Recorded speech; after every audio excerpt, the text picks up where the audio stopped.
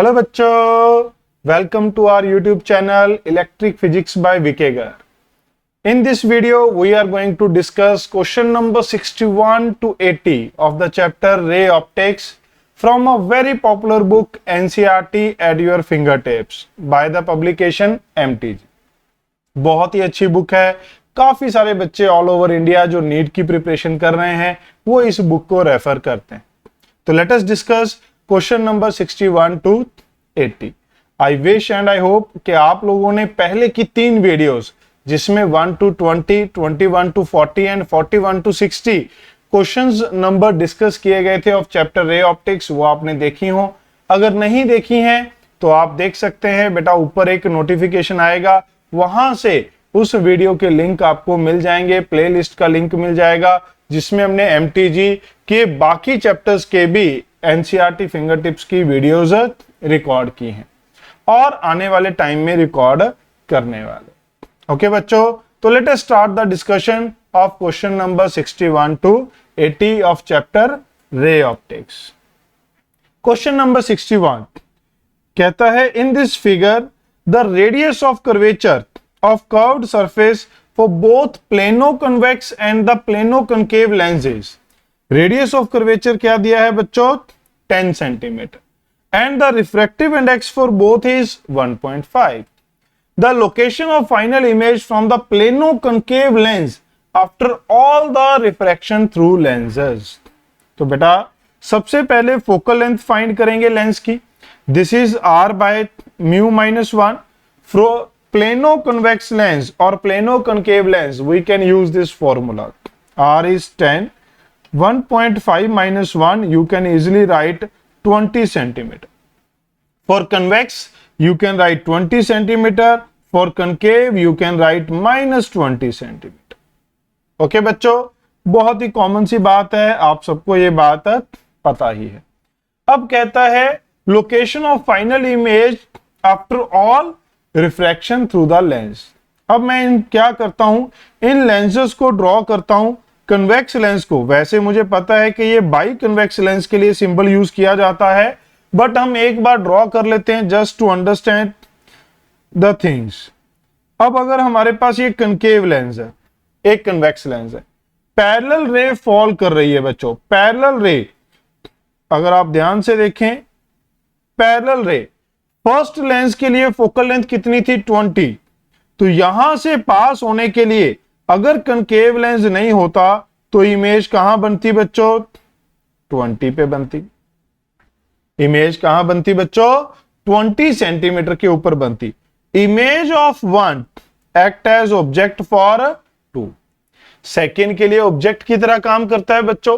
अगर आप ध्यान से देखें, दोनों लेंसेज के बीच का डिस्टेंस कितना गिवन था? 10 सेंटीमीटर. तो आप देख सकते हैं U2 कितना हो जाएगा. सेकेंड लेंस के लिए ये हो जाएगा 10 सेंटीमीटर. ये कितना बचा? 10 सेंटीमीटर बचा. फोकल लेंथ कितनी है? -20. क्या हम V फाइंड कर सकते हैं? Very easily sir, we can find E very easily. तो ये हो जाएगा -1/20. 1/V2 -1/20 plus 1/10. It is equal to 1/20. V2 is going to be 20 centimeter. 20 centimeter positive. That means ये जो हमारे पास लेंस है, ये इसकी इमेज कुछ इस पोजीशन पे जाकर बनाएगा. और आपको वैसे भी पता है कनकेव लेंस डाइवर्जिंग लेंस है, तो इस रे को ये डाइवर्ज करेगा, तो कहीं यहां पर इमेज फॉर्म होनी चाहिए थी. तो आंसर क्या आ जाएगा बच्चों? 20 centimetre from concave lens, plano concave. Okay, मैं फिर से बोल दूं, ये जो हमारे पास सिंबल्स हैं, these are used for bi convex, bi concave, but for here to make things simplify such that हम इसकी रे डायग्राम को समझ पाए, मैंने इसको कन्वेक्स और कनकेव लेंस की तरह यहां पर ड्रॉ कर दिया. ओके बच्चों, moving toward next question, question number 62. Question number 62 क्या कहता है? अ convex lens of radius of curvature 20 centimetre and 30 centimetre. एक कन्वेक्स लेंस है, एक साइड का radius of curvature 20, other side का 30. Is silvered at the surface which has smaller radius of curvature. जिसका radius of curvature smaller है वहां पर हमने इसको सिल्वर कर दिया। अगर हमारे पास ये एक लेंस हो बेटा, ये हमारे पास एक लेंस है, कुछ इस तरीके से ड्रॉ कर लेते हैं। एक सरफेस को हमने सिल्वरिंग कर ली जिसका रेडियस ऑफ कर्वेचर कम था, कितना था 20 centimetre. Then it will behave as a, कैसे बिहेव करेगा ये तो सबको पता है कि ये कनकेव मिरर की तरह बिहेव करेगा। उसकी फोकल लेंथ कितनी होगी, सबको ये फॉर्मूला पता है बच्चों, क्या होता है -1 focal equivalent divide by 2 times focal length of lens, because the ray passes through the lens 2 times, -1 by f focal length of mirror. अब आपके पास चैलेंज क्या है, आपको फोकल लेंथ ऑफ लेंस भी नहीं पता है, तो कैसे फाइंड करेंगे बच्चों? We are going to find 1 by fl mu -1, mu कितना है 1.5 -1 इनटू रेडियस ऑफ कर्वेचर, एक है 30 तो दूसरा है 20। क्योंकि आपको पता है प्लेन बाई कन्वेक्स लेंस है तो 1/r1 plus 1/r2 directly after putting radius with sign हमारे पास बन जाता है। तो ये 1/fl किसके बराबर आ गया बच्चों? 1/24 ये हमारे पास बन जाता। Getting my point? आप इजिली इसे सॉल्व कर सकते हैं, कोई बड़ी बात नहीं है। यहां हम वैल्यू पुट करने वाले 1/fl की वैल्यू है 1/24। मिरर के लिए रिफ्रैक्टिव इंडेक्स क्या होता है? r/2। और concave mirror, this is acting as a concave mirror, इसके लिए क्या होगा बच्चों?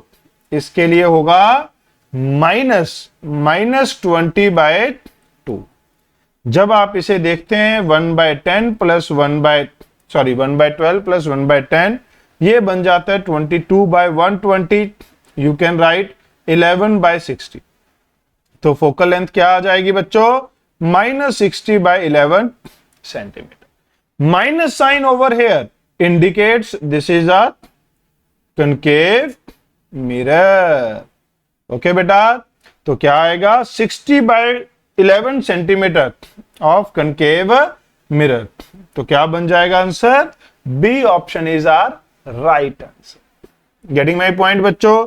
Moving toward the next question, question number 63। क्या कहता है ये क्वेश्चन नंबर 63? ध्यान से देखिएगा बच्चों। कहता है concave mirror of focal length f1 is placed at a distance of d from a convex lens of focal length f2। एक हमारे पास ये कन्वेक्स लेंस है बच्चों, इससे कुछ डिस्टेंस d पे एक कनकेव मिरर पड़ा है। A beam of light coming from infinity and falling on this convex lens, infinity से बीम आएगा, पैरेलल होगा। Return to infinity, return to infinity के दो केस हो सकते हैं। पहला कि ये यहां पर स्ट्राइक करे, ऐसे आए और ऐसे वापस निकल ले, ये भी हो सकता है। बट इन जनरल जो हमारे पास क्वेश्चन है, अब देखिए ये डिस्टेंस पूछा गया है बच्चों, ये डिस्टेंस पूछा गया है। क्या F2 वाली कोई ऑप्शन थी? ऐसी नहीं थी, तो हम यहां पर इसको इग्नोर कर देंगे। दूसरी पॉसिबिलिटी क्या है कि यहां से रेज आए, वो इसके सेंटर से पास करें, मिरर पे जाके नॉर्मली स्ट्राइक करें और अपना पाथ रिट्रेस करें। तो ये वाली पॉसिबिलिटी है बेटा। इस केस में d किसके बराबर हो जाएगा? ये वाला डिस्टेंस f1 और ये वाला डिस्टेंस f2 और ये वाला डिस्टेंस 2f1 होता है बेटा। तो d is equal to f2 plus 2f1। तो आंसर क्या आ जाएगा? C option. Getting my point? Very easily you can write. Question number 64। A plano convex lens is silvered at plane surface. अरे भाई बहुत ही आसान क्वेश्चन है। Plano convex lens silvered at plane surface. बताओ इससे आसान कोई क्वेश्चन होगा सिल्वरिंग का? नहीं होगा। सिल्वरिंग का इससे आसान क्वेश्चन कोई नहीं है। इक्विवेलेंट कैसे एक्ट करता है? मिरर की तरह 2/fl -1/Fm। भाई 2/FL कितना है 20। और मिरर के लिए क्या होगा, प्लेन मिरर के लिए focal length infinite, you can right infinite बच्चों। तो ये हमारे पास क्या हो जाएगी बेटा, equivalent focal length -10 centimetre. Getting my point बच्चों, क्लियर है सबको? Very easy, you can easily right this is 10। अगर यहां पर हमारे पास बच्चों ऑप्शन होता, यहां पर हमारे पास ऑप्शन होता +10 -10 का, तो हम आंसर लिखते -10। ये एक्ट करेगा एक कनकेव मिरर की तरह। गेटिंग माई पॉइंट बच्चों, नोट इट डाउन। और मैं आपको याद दिला दूं, अगर अभी तक आपने वीडियो को लाइक नहीं किया है तो लाइक जरूर करिए बच्चों, और अपने दोस्तों के साथ शेयर करें। चैनल को सब्सक्राइब जरूर करना है। क्वेश्चन नंबर 65 बच्चों, क्वेश्चन नंबर 65 ध्यान से देखिएगा बच्चों, क्या कहता है, the graph shows how the magnification M produced by a thin lens. मैं थोड़ा जूम कर देता हूं यहां पर। Varies with image distance v, what is the focal length of lens used. दो मेथड से आप इसे कर सकते हैं। पहला है शॉर्ट मेथड, इसमें आप क्या करेंगे, मैग्निफिकेशन का formula f - v divide by f, इसको आप लिख सकते हैं 1 - v बाय f। अगर मैं इसे डिफरेंशिएट कर दूं विद रिस्पेक्ट टू v, तो ये हो जाएगा 0 - dv बाय f। इसे लिखा जा सकता है डेल्टा m, इसे लिखा जा सकता है डेल्टा v बाय f। अब अगर आप इस ग्राफ को ध्यान से देखें तो डेल्टा m कितना है बच्चों, c के बराबर। डेल्टा v किसके बराबर है, b। तो ये है c, ये है b और ये है f। तो f किसके बराबर आएगा बच्चों, -b/c। तो answer will be b। Okay बच्चों, तो फर्स्ट तो हमारे पास ये वाला आंसर बन जाता है। क्लियर है भी सबको? सेकंड ऑप्शन, सेकंड मेथड कैसे कर सकते हैं बच्चों आप? सेकंड मेथड में आप क्या कर सकते हैं, आप वैल्यू पुट कर सकते हैं। भाई जब v की वैल्यू क्या है a, तो हमारे पास मैग्निफिकेशन मान लो m0। v की वैल्यू क्या है a, तो मैग्निफिकेशन m0। जब v की वैल्यू कितनी हो जाएगी a + b, मैग्निफिकेशन हो जाएगी m0 + c f -a + b divide by f। अब आपके पास दो इक्वेशन है, आप m0 की वैल्यू पुट कर दीजिए f0 by f + c = f -a - b divide by f। Simply आप इसे रीअरेंज करें बेटा, ये हमारे पास क्या बन गया, f - a + fc = f -a - b। ये भी कट गया, ये भी कट गया, तो f किसके बराबर आ गया बेटा, -b/c। You can right in this way also. Getting my point बच्चों? तो दो तरीके से आप इस क्वेश्चन को सॉल्व कर सकते हैं। Okay, moving toward the next question, question number 66। Two beams of red and violet color are made to pass separately through a prism. Angle of prism is 60 degree. The position of minimum deviation, the angle of refraction. बच्चों, angle of prism is 60. In the position of minimum deviation, angle of refraction क्या होते हैं? R1 = R2 = a/2, 30 degree. काम खत्म। Angle of incidence दोनों के लिए अलग अलग हो सकता है, क्योंकि म्यू बदल जाएगा। R1 सेम है 30 डिग्री, म्यू अलग है, तो एंगल ऑफ इंसिडेंस जिसके लिए दोनों बीम मिनिमम डेविएशन सफर करेंगे वो अलग अलग हो सकता है, बट एंगल ऑफ रिफ्रैक्शन दोनों के लिए क्या होगा, सेम होगा बेटा। ओके बच्चों, moving toward the next question बेटा, question number 67।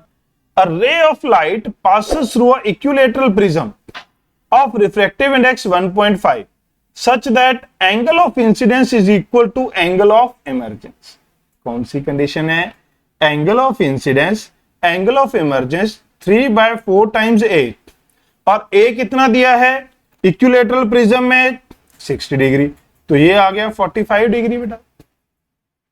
Angle of deviation पूछी गई है, वैसे तो ये मिनिमम डेविएशन है, I plus E minus A.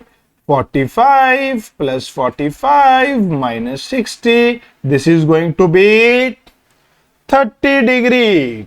Very easily you can calculate. Okay बच्चों, आई होप आपको ये सारी चीजें समझ में आ रही हैं जितने भी क्वेश्चन हमने किए हैं बच्चों. स्टिल अगर आप कुछ कहना चाहते हैं, हमसे कांटेक्ट करना चाहते हैं, तो जो हमारी डिस्क्रिप्शन है उसमें टेलीग्राम चैनल का लिंक दिया गया है, वहां पर आप ज्वाइन कर सकते हैं. 1-to-1 आप मैसेज भी कर सकते हैं उसके थ्रू. कोई भी बात है आप करना चाहते हैं, कुछ कहना चाहते हैं, कुछ पूछना चाहते हैं, तो उस टेलीग्राम चैनल को आप ज्वाइन जरूर करें. ओके बच्चों, एंड वीडियो को लाइक करना तो आपको बनता ही है ना. तो वो तो अभी तक आपने लाइक कर दी होगी, मुझे पूरा यकीन है आप लोगों पर. Okay, moving toward next question. Question number 68. A ray is incident at angle of incidence I on one surface of prism of small angle. यहां पर ध्यान से देखिए, small angle बच्चों. Emerge normally from opposite surface. Emerge normally from opposite surface. इसका क्या मतलब है? Emerge normally from opposite surface. E0 R2 0. तो R1 कितना हो गया बच्चों? A के बराबर, because R1 plus R2 equal to A. If the refractive index of material of prism is mu, angle of incidence is nearly, आप लगा दें Snell's law, 1 into sin I equal to mu into sin R1. ये बन जाएगा sin I equal to mu sin A. Small angle prism, अगर ये small angle की बात कर रहा है तो sine theta can be written equal to theta. तो साइन ए के बराबर, साइन आई के बराबर. तो आंसर क्या हो जाएगा बच्चों? म्यू ए.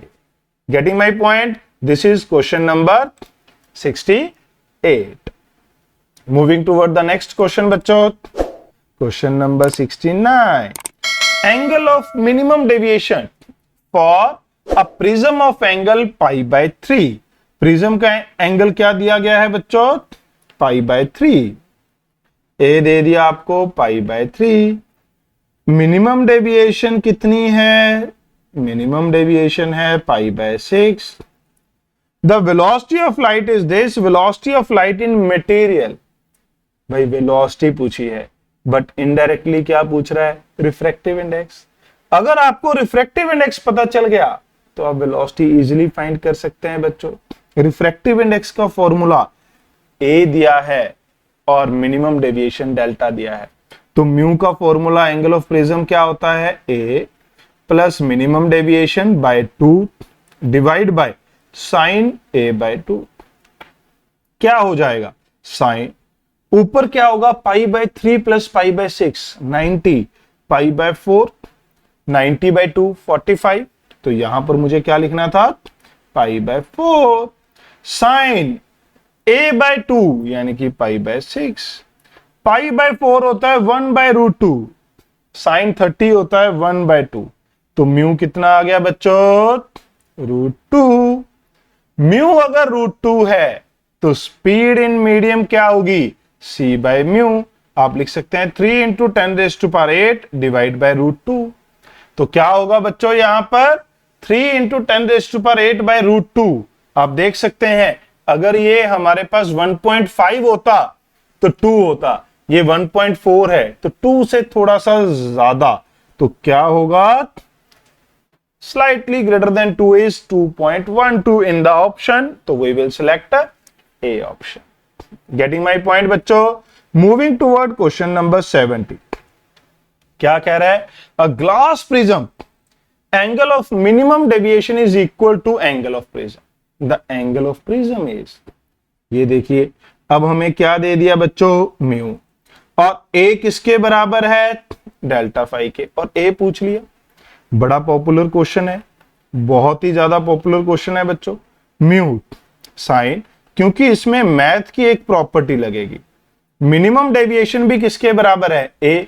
तो हम यही वाले फॉर्मूला में मिनिमम डेविएशन क्या पुट कर देंगे? A divide by sine A by 2. तो ऊपर हमारे पास क्या बन गया बेटा, ये बन गया साइन 2 टाइम्स a बाय 2। आप कहोगे सर ये क्या लिख रहे हो, साइन a लिख लो। अरे भाई यहां पर मैथ की प्रॉपर्टी लगनी है।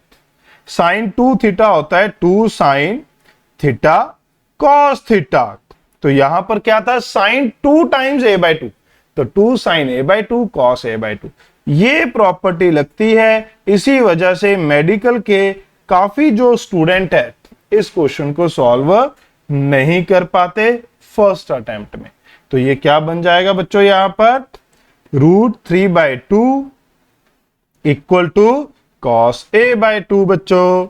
तो cos a बाय 2 √3/2, तो a बाय 2 कितना हो गया, cos a √3/2 कहां होता है 30 पे, तो a कितना हो जाएगा 60 डिग्री। गेटिंग माई पॉइंट बच्चों। तो यहां पर लग रहा था कौन सा formula, sine 2 theta equal to 2 sine theta cos theta, ये फॉर्मूला यहां पर लगता। मैं अक्सर बच्चों को ये कहता हूं कि जो भी ट्रिग्नोमेट्री या मैथमेटिक फॉर्मूला आपके पास लग रहे हैं ड्यूरिंग +1 एंड +2, आपकी नोटबुक का जो फ्रंट पेज होता है जनरली वो ब्लैंक पेज होता है, स्मूथ व्हाइट पेज होता है।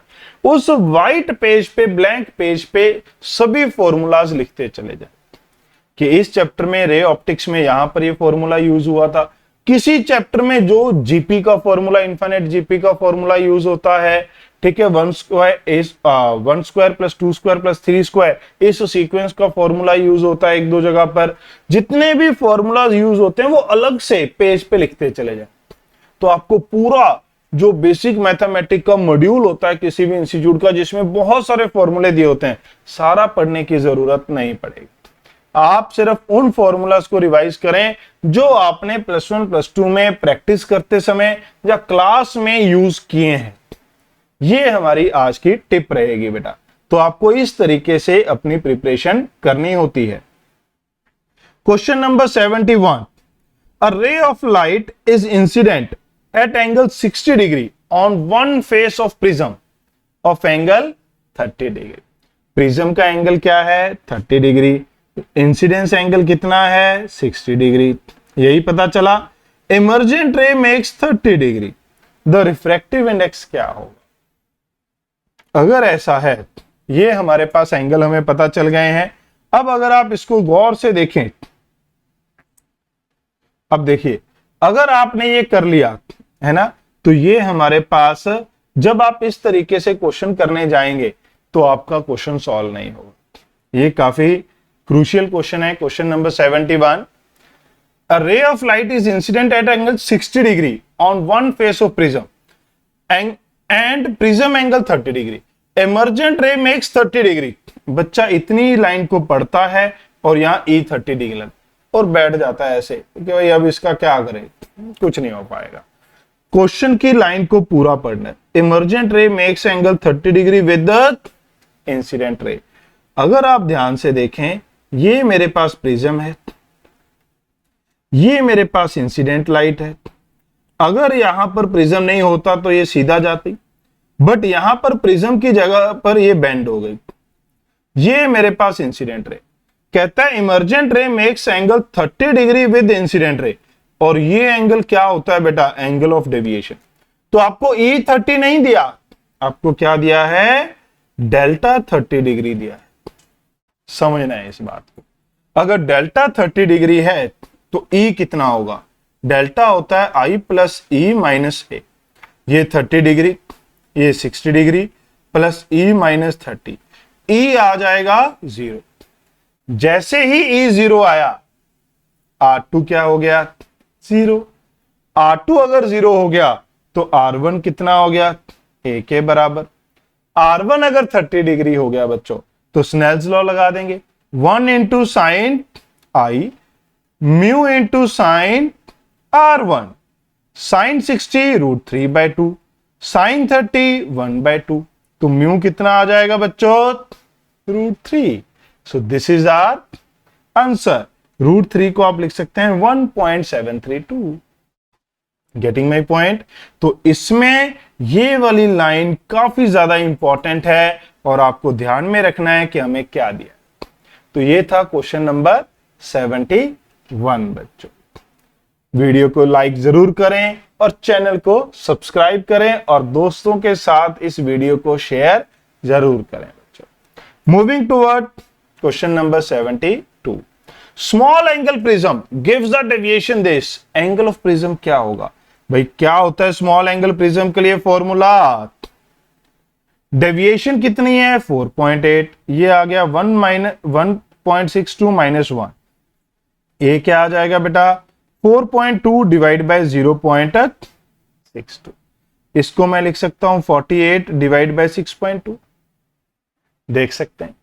अब अगर आप गौर से देखें 6 होता तो 8 आता, 6 से थोड़ा सा ज्यादा है तो 8 से थोड़ा सा कम होगा। क्या है भाई 8 से थोड़ा सा कम? 7.74। Very easily, you need not to exactly divide. हम ऑब्जेक्टिव टाइप क्वेश्चन कर रहे हैं, नीट की प्रिपरेशन, नीट क्वालिफाई करना है, तो आपको ऑप्शन पे नजर फेरनी आनी चाहिए बच्चों। ओके बच्चों, moving toward next question, question number 73। क्या कहता है? कहता है the variation of refractive index of a crown glass thin prism with wavelength of incident ray. यहां पर देखिए वर्ड यूज किया गया है thin prism of incident light. Thin prism के लिए डेविएशन होती है म्यू माइनस 1 इंटू ए। जो डेविएशन म्यू की होगी लैम्डा के साथ, वही तो यहां पर डेविएशन की होगी लैम्डा के साथ। बात समझ रहे हैं? तो डेविएशन की भी बिल्कुल वैसी ही वेरिएशन होगी जैसी कि म्यू की थी। तो क्या आ जाएगा बच्चों इसमें? बेस्ट ऑप्शन क्या है? ए। अगर आप ध्यान से देखें तो ये दोनों कर्व काफी सिमिलर हैं, काफी ज्यादा सिमिलर। एग्जैक्टली सेम नहीं है क्योंकि ये भी पैरामीटर आएंगे, बट काफी सिमिलर ये दोनों कर्व्स होनी चाहिए। क्वेश्चन नंबर 74, ये थोड़ा सा हम कह सकते हैं कि भाई जिसमें बच्चे डिफिकल्टी फील करते हैं। Question number 74, a monochromatic light is incident on a glass prism of angle A if the refractive index of material of prism, मैं थोड़ा जूम कर देता हूं so that आप भी क्वेश्चन पढ़ पाए। refractive index of material of prism is mu. A ray incident at angle theta on face AB would get transmitted through face AC. Transmitted होनी चाहिए। ट्रांसमिटेड का मतलब यहां पर जो हमारे पास रिफ्रैक्शन एंगल होगा R2 should be less than theta C, तभी तो ट्रांसमिशन होगी बेटा। अगर ऐसा है तो sine R2 should be less than sine theta C. इसका क्या मतलब बना बेटा? Sine R2 should be less than 1/, this is equation number 1। But हमें कंडीशन किस पे फाइंड करनी है बच्चों? हमें कंडीशन फाइंड करनी है थीटा पे। थीटा का रिलेशन क्या होगा? 1 into sine theta equal to mu into sine R2, mu into sine R2, sorry R1। R1 को क्या लिखा जा सकता है? R1 को लिखा जा सकता है A माइनस R2 लिखा जा सकता है बच्चों। अब अगर हम ध्यान से देखें, जो साइन R2 है, यहां पर मैं R2 लिख दूं तो ये साइन इनवर्स 1/μ से छोटा है, 1/μ से छोटा है।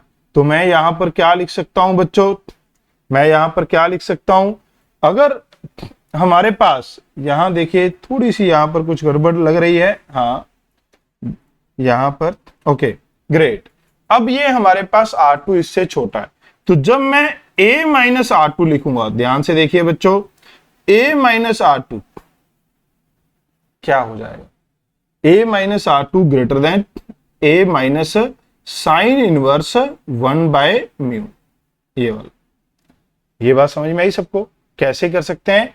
अगर मैं एक स्टेप यहां पर ऐड कर दूं, क्योंकि कुछ बच्चे इसमें ट्रिग्नोमेट्री में थोड़ी सी दिक्कत, मैं इसको R2 कर सकता हूं। जैसे मैं इनइक्वालिटी में माइनस से मल्टीप्लाई करूंगा तो वो साइन बदल जाएगा। अब दोनों साइड एक को ऐड कर दीजिए, तो क्या बना? ये बना बेटा अब a minus R by two ये इससे बड़ा है, तो मैं यहां साइन लगा दूंगा तो क्या हो जाएगा, साइन से इनइक्वालिटी पे कोई फर्क नहीं पड़ता, तो ये हो जाएगा a minus sine inverse 1 by mu. बेटा ये हो जाएगा कुछ इस तरीके से बेटा, हमारे पास बात समझ रहे हैं। तो इस इक्वेशन में पुट करेंगे तो साइन a बाय टू किससे बड़ा है, sine a minus R one किससे बड़ा है बेटा, आप क्या लिख सकते हैं, आप लिख सकते हैं sine theta greater than mu, sine a minus R by two की जगह क्या आ जाएगा, sine a minus sine inverse 1 by mu. तो ये अगर आप गौर से देखें तो आपके पास कहीं ना कहीं आंसर मैच कर रहा है विद सी। बस अभी आपको साइन उस तरफ लेके जाना है, theta greater than sine inverse mu, sine में a minus sine inverse 1 by mu. मतलब ये जो कंडीशन दी है इसी को धीरे धीरे आप सॉल्व करते जाएंगे तो ये आंसर हमारे पास बन जाता है ना बच्चों। सारा का सारा मैथ का खेल है, फिजिक्स तो इसमें बहुत कम है रे, फिजिक्स तो सिर्फ इतनी यूज हुई है, बाकी सब मैथ की एडजस्टमेंट। तो मैथ में भी आपका हाथ अच्छा होना चाहिए बच्चों, क्योंकि नीट में ऐसे भी क्वेश्चन पूछे जा सकते हैं जिसमें आपको इतना का मैथ यूज करना पड़ सकता है। ओके बच्चों, मैं आपको रिमाइंड करा दूं, अगर अभी तक आपने वीडियो को लाइक नहीं किया है तो लाइक जरूर कर दें बेटा। Moving toward next question, question number 75। Question number 75 कहता है a quartz prism can produce a minimum deviation of delta in a light beam, then minimum deviation produced by 3 prism। अगर आपने सिर्फ इतना पढ़ा और यहां पर आंसर मार्क कर दिया ये, तो आपका गलत हो जाएगा। क्वेश्चन को ध्यान से पढ़ना है। Minimum deviation can be produced by 3 prism. Minimum deviation कैसे प्रोड्यूस की जा सकती है, एक ऐसे, एक ऐसे, एक ऐसे। क्या ऐसे करेंगे, ऐसे तो 3 डेल्टा आएगी। मिनिमम डेविएशन के लिए आपको प्रिज्म कैसे रखने पड़ेंगे बेटा, कुछ इस तरीके से, एक प्रिज्म ऐसे, एक ऐसे और फिर से एक इस तरीके से। तो इस केस में अब हमारे पास डेविएशन क्या हो जाएगी, मिनिमम हो जाएगी। कितनी हो जाएगी, डेल्टा। तो मिनिमम डेविएशन कितनी आएगी, 2 प्रिज्म एक दूसरे को कैंसिल आउट करेंगे तो एक की वजह से ही बचेगी। अगर 2 प्रिज्म होते तो 0 कर सकते थे बेटा। ओके, तो आपको इस बात का ध्यान रखना है। क्वेश्चन नंबर 76 कहता है a monochromatic light is incident at a certain angle on a equilateral triangular prism suffers minimum deviation. भाई a इक्वल टू 60, तो मिनिमम डेविएशन में R1 R2 इक्वल टू 30।